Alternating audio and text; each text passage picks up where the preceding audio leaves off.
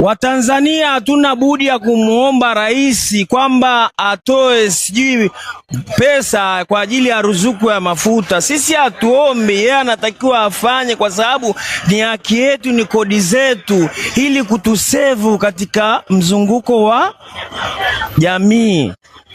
Ila sasa mimi nachoshangaa ni kitu kimoja. Tunalalamika sana Watanzania, lakini hatuwajui watu ambao tumewachagua wana malengo gani na sisi. Malengo yao makubwa kaka ni maneno.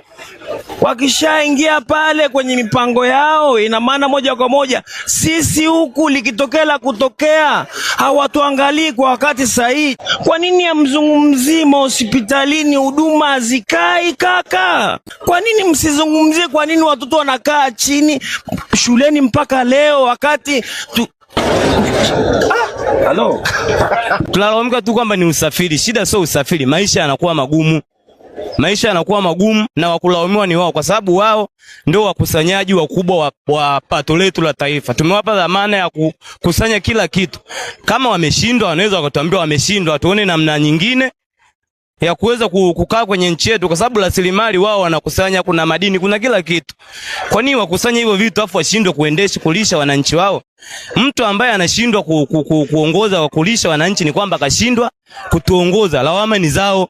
Hawana pa kukwepa. Shida sio vita. Hichi ni kichaka, wanajificha. Wameshindwa kuwajibika. Serikali yetu ina vyanzo vingi vya mapato. Yaangalie kwa kipindi hiki kigumu. Ni njaa, ni bala njaa limetokea vile nilivyosema. Ione kwa ni namna gani itanusuru watu wake.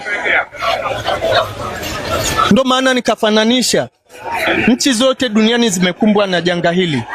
Ni sawa na nchi yetu imekumbwa na njaa, kwamba kila familia itakuwa imekumbwa na jambo lile. Sasa ni namna gani kila baba atakuwa amenusuru familia yake? Na sisi tuone kuwa baba wa nchi hii ameinusuru vipi familia yake. Mafuta yamepanda na nauli zimepanda. Na mazingira ya nchi ya Tanzania, 3% wananchi wa Tanzania maisha yao ni ya kuungaunga. Usije ukaumbuka kuona kuwa unazika watoto wako kwa ajili ya njaa. Onyesha uimara wako kwamba ni namna gani ulikuwa umejihifadhi katika vihenge vyako. Hata hivi tunaona kuwa inapotokea njaa ya kweli, turudi sasa kuwa tumekuwa tuna vihenge, ndio unasikia serikali inatoa vyakula vyake magalani kwa ajili ya nini? Kukidhi hitaji la wakati ule kwanza.